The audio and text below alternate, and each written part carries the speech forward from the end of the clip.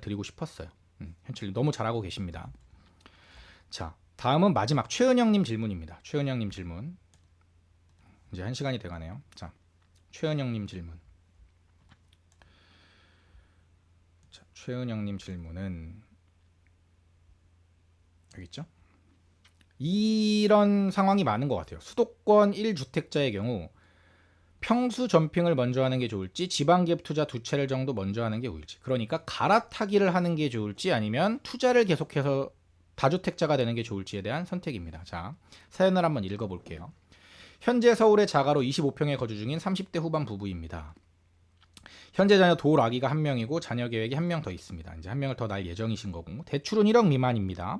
그리고 19년부터 실거주를 하고 있어요. 현재 아파트는 11억에서 12억 정도의 거래가 되고 있는 중입니다. 그런데 저는 지금 살고 있는 아파트에서 살면서 다주택자를 하자는 입장이고, 남편은 먼저 평수를 늘리는 게 맞다고 생각해서 어떤 길이 먼저일지 자문을 구하고자 글을 쓰게 되었습니다. 자, 남편 입장은 조금이라도 젊을 때 34평으로 평수를 늘릴 겸 투자 목적으로 직장에서 20분 정도 멀어지더라도 성동구의 구축 리모델링 아파트로 이사가는 게 맞는지 고민입니다. 그러니까 동시에 고민하는 거예요. 평수도 늘리고 지역도 상급지로 가는 걸 목표로 하는 겁니다. 그렇죠? 성동구로 가는 이유는 마용성으로 갈 수 있기 때문에 갈 수 있을 때 가는 게 좋지 않을까라는 생각 때문입니다. 그렇죠? 60이 됐을 땐 강남으로 넘어가자고 했던 계획을 실현하기 위한 중간 정도 단계라고 볼 수 있을 것 같습니다. 그리고 3년 사이에 7억이 올랐기 때문에 현재 아파트가 집값은 하루라도 더 빨리 사는 게 이득이다라는 생각을 갖고 있게 된 계기인 것 같습니다. 저의 입장은 남편과 달리 이렇게 오르는 것은 이번 정부에서만의 특수 상황이라고 봅니다. 현재 가용할 수 있는 현금이 1.5억 정도 있는데 수도권은 조금이라도 하락장이 오는 시기를 계속 기다리고 지금이라도 당장 2, 3년이라도 지방 갭 투자로 비규제 지역 한두 채로 자금을 늘린 뒤 평수 점핑을 위해 금액을 더 마련하는 게 맞지 않을까 생각합니다. 아니면 지속적으로 다주택을 유지하면서 저희가 원하는 똘똘한 한 채를 사기 전까지 계속 유지하는 게 좋지 않을까 생각을 합니다. 남편의 입장 경우로 보면 성동구로 바로 이사를 간다면 3.5억 정도의 대출이 생기는데 이제 임장까지 다녀오신 거예요. 이렇게 되면 지방 투자는 못할 것 같습니다. 둘이 합쳐서 실수령액이 월 1,000 정도 벌고 계시는데 아이가 유치원 입학할 때쯤이면 일을 그만둘 생각이라 5년 뒤에는 실수령액이 600 정도로 줄어들 예정입니다. 그래서 이전에 지방 투자로 어느 정도 부동산 기반을 마련해서 투자자의 길로 직업 전환을 하고 싶은 생각이 큰 것 같습니다. 그러니까 전업 투자자의 길을 가고 싶으신 생각도 있는 거예요. 자녀가 있다 보니 여자 입장에서 몸테크로 벌 수 있는 기간이 한계가 오는 것 같습니다. 아이 옆엔 엄마가 있어야 되니까. 조금이라도 제가 더 벌 수 있을 때 평수 점핑은 잠시 미루고 지방 상급지에 투자가 좋지 않을까 생각합니다. 제 조언이 필요합니다. 이런 분들이 되게 많을 것 같아요. 되게. 제가 봤을 땐 제일 많지 않을까 싶어요. 아까 현철님 질문과 더불어서 이 질문에 이제 해당되는 분들이 제일 많지 않을까 싶고, 실제 제 주변에도 갈립니다. 저는 다주택자의 길을 선택한 제 지금 실거주의 만족도와 그러니까 상급지 갈아타기를 미룬 상태, 다주택자를 선택한 상태이고, 제 주변에 이제 비슷한 상황에서 시작한 분들은 갈아타기를 한 분들이 더 많죠. 근데 지금까지의 성과는 어땠느냐? 갈아타기 한 사람들이 월등히 높았습니다. 성과가. 그러면 제 답은 성함이 은영님도 갈아타기를 하는 걸 추천하느냐? 아닙니다. 그거에 대한 답을 드릴게요. 자, 질문을 요약해보면 이겁니다. 평수 갈아타기를 할지 아니면 뭐 상급지 갈아타기를 할지, 여기서는 지금 동시에 해당되는 거죠. 이거를 할지 혹은 다주택 전략으로 갈지 이겁니다. 현재는 성동구에 가고 싶어 하시고 현 시드는 1.5억 정도가 있고 월 1,000에서 600으로 줄어들 예정입니다. 이게 뭐 언제가 될지 모르겠지만, 근데 보통의 경우 이걸 많이 고민하죠. 갈아타기 하는 게 맞을까요? 다주택으로 가는 게 맞을까요? 이런 거죠. 자, 아까도 말씀드렸지만 지금까지의 결과물은 갈아타기가 승리였습니다. 왜? 서울 수도권이 정말 엄청나게 많이 상승을 했으니까. 그런데 지금 은영님께서는 이 상승이 비정상적인 상승이라고 생각을 하시는 거예요. 물론 오르는 건 맞지만, 장기적으로 아파트를 봤을 때 우상향하는 건 맞지만, 이렇게 몇 년 사이에 진짜 뭐 7, 8억이 오를 정도로 이런 시장이 앞으로도 계속 될 거냐라는 생각에는 반대 의견이신 거예요, 은영님은. 근데 거기에 제 생각도 같습니다. 동의합니다. 그래서 지금까지는 거주와 투자를 동시에 한 두 마리 토끼를 다 잡을 수가 있었습니다. 그러니까 상급지를 잘 갈아타신 분들이 돈도 더 많이 벌었죠. 그래서 거주 만족도도 높아지고 투자의 개념에서 자산도 더 많이 증식이 됐습니다. 완전 해피. 그러니까 앞으로도 이 전략이 맞을 수 있는 것처럼 보이죠. 보이죠. 그런데 저는 이제 이렇게 생각하는 거예요. 자, 일단 제 친구의 예를 하나 들어볼게요. 제 친구가 실제로 성동구의 구축에 갔습니다. 성동구의 구축에 갔고 아파트 단지를 말씀드리면 행당역 근처에 있는 대단지라고 하면 다들 아실 거예요. 거기로 갔습니다. 평수도 넓혀서 30평대 살다가 40평대로 넓혀서 갔고 원래 급지도 성동구보다 아래 급지였는데 성동구로 갔습니다. 즉 똑같이 평수와 상급지 갈아타기를 동시에 이뤘습니다. 자산 증식도 엄청나게 많이 이뤘습니다. 근데 그 친구들이 하는 얘기를 그대로 제가 전달을 해드리면 나는 사실 성동구가 이 정도의 학구열인지 몰랐어. 그리고 성동구 정도인데 이렇게 잘 사는 사람들이 많은지 몰랐어. 제 친구 부부는 맞벌인데 월 1,500을 넘게 봅니다. 한 명은 SK 쪽 다니고 한 명은 뭐 이제 IT 기업의 이사입니다.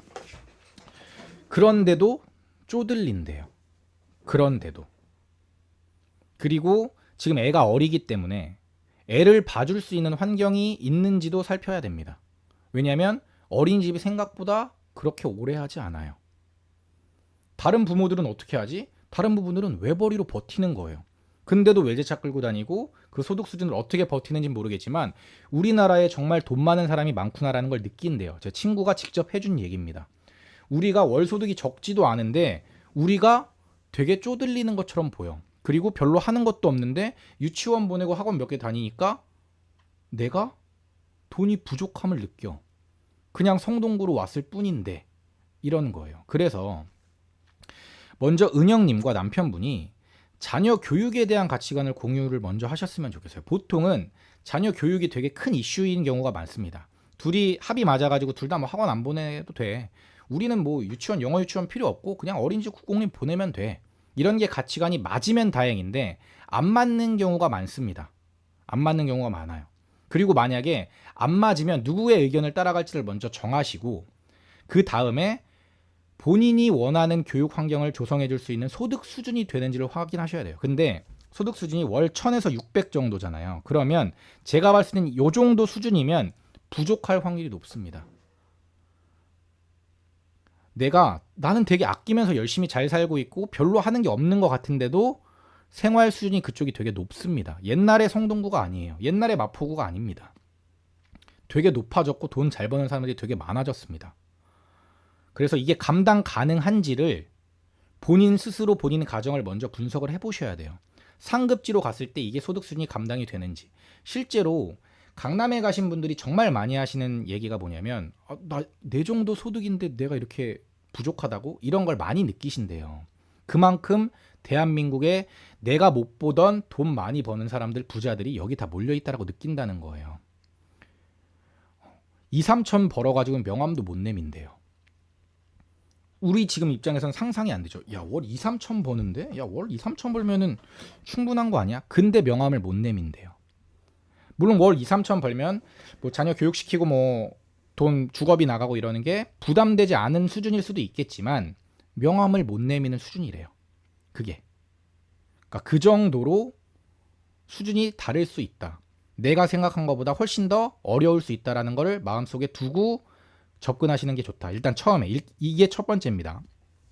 그 다음 두 번째 고민하신 부분일 거예요. 이게 만약에 서울 수도권이 언젠진 모르겠지만 그냥 2, 3년 내에 하락장이 온다면 어떡할 것인가.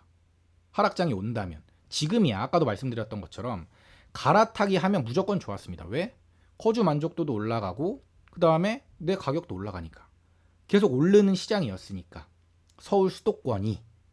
그런데 지금 서울 수도권, 서울로 이제 이사를 가시려는 거고 서울의 하락장이 만약에 온다면 더 오른다면 너무 해피하겠지만 확률은 반반까지는 아니더라도 어쨌든 하락할 확률도 있으니까 그러면 이제 고민을 해보시는 거죠. 자, 이런 거죠.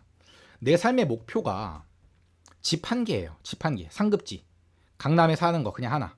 강남에 살면서 그냥 안정적인 생활하는 거야. 이러는 거면 그럴 수 있습니다. 될 수 있어요. 근데 일단 지금 생각해야 될 건 뭐냐면 내가 만약에 지금 상급지로 가면 다운그레이드는 불가능합니다.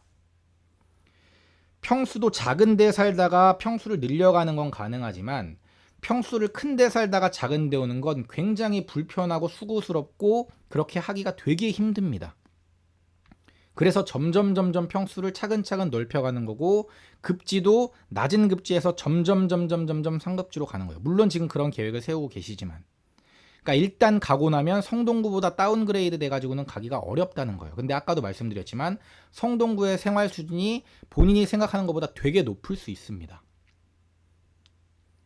그런데 본인의 월소득은 줄어들 확률이 높아요. 왜? 지금 맞벌이에서 외벌이가 되니까. 그쵸? 그럼 이게 감당 가능한 수준인지를 생각을 해보면 되는 거예요. 자, 본인의 생활 소득 수준이 줄어들었습니다. 그런데 만약에 집값이 오르지 않습니다. 그럼 내가 갖고 있는 건 집 하나입니다. 물론 그 집이 나중에 장기적으로 봤을 때는 또 오르겠지만 하락장이 언제 올지 얼마나 떨어질지 얼마나 길게 이어질지 모르기 때문에 만약에 하락장이 왔을 때 내가 이걸 버틸 수 있을까를 생각을 해보셔야 된다는 거예요. 그쵸? 근데 만약에 내 삶의 목표가 그냥 내 집 하나 있는 강남에 집 하나 있는 게 아니라 정말 부자가 되는 게 목표고 내가 집을 통해 가지고 월 계속 내가 일하지 않아도 될 정도의 돈이 계속 들어오는 게 목표라면 저는 아예 접근 방법이 달라져야 된다고 생각하는 거예요. 전 후자 쪽입니다. 제 목표는 그냥 내가 살고 싶은 지역에 집 하나 있고 그 집 하나 바라보면서 이 집을 주택연금 받으면서 살고 싶진 않아요, 저는. 그리고 제가 뭐 그 지역에 가가지고 엄청 우월감을 느끼거나 그런 사람도 아니어서 가고 싶은 지역은 있지만 그냥 뭐 자녀 교육을 위해 혹은 자녀의 좋은 환경을 만들어주기 위해 그리고 그 동네에서 한번 살아보기 위해 뭐 이런 마음이지 내가 그 집 하나 지키면서 내가 이걸 버틸 수 있을까 이런 마음으로 투자를 하진 않거든요. 저는 제가 원하는 금액을 맞춰가지고 만들어가지고 나중에 내가 일하지 않아도 돈이 들어올 수 있을 만한 자산과 월 현금 흐름을 만드는 게 목표입니다. 그러면 1주택 갈아타기로는 그게 힘들 수 있음을 인정해야 돼요. 인정하지 않으면 아무것도 안 됩니다. 물론 애초에 자산이 많아가지고 계속 갈아타기 하면서 2주택, 3주택 늘려가지고 하시는 분들도 계십니다. 근데 지금 현재 가지고 있는 아파트와 현재 월 소득으로는 굉장히 힘들 거예요.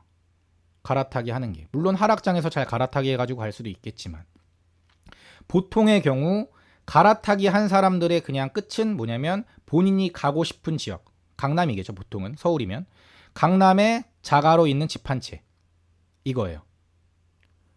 근데 그런 경우에 세금이 감당 안 되는 경우들도 많이 봤습니다. 예를 들면 강남에 하나 갖고 있습니다.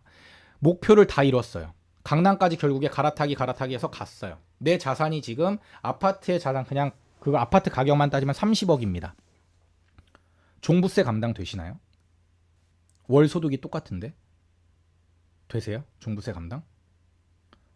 안 되실 거예요. 그리고 강남의 소득 수준 아까 말씀드렸지만 성동구가 그 정도인데 강남 될까요? 이런 것들에 대한 큰 고민 없이 일단 목표 지역이 강남이니까 가려고 하시는데 저는 단계를 밟아가는 게 되게 중요하다고 생각하는데 그냥 내가 1주택이고 강남에 사는 만족도가 너무 높아가지고 그렇게 하고 싶다면 추천하지만 그게 아니라면 저라면 다주택 전략으로 가는 게 맞는 것 같아요.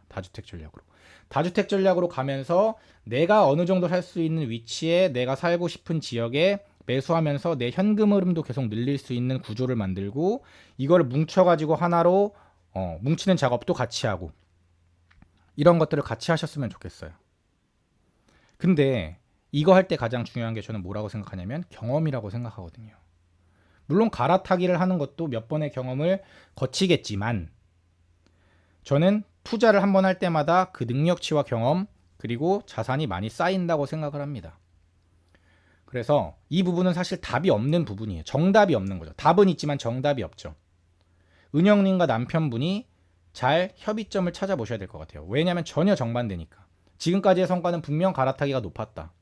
그런데 과연 하락장이 왔을 때도 갈아타기가 높을 것이냐? 이런 부분에 대해서 한번 생각을 해보시고, 하락장이 안 온다고 베팅하시면 갈아타기 하는 게 더 좋을 수도 있습니다. 근데 하락장이 온다고 베팅하는 거면 저는 은영 씨 말대로 앞으로 오를 수 있는 시장이 몇 개가 보이니 그 지역에서 뭉쳐서 차라리 그 돈을 뭉쳐서 가고 싶은 지역에 나중에 1주택이 되는 게 1주택자가 되는 게 낫지 않을까? 그 다음에 또 이제 또 투자를 하든지 이런 식으로.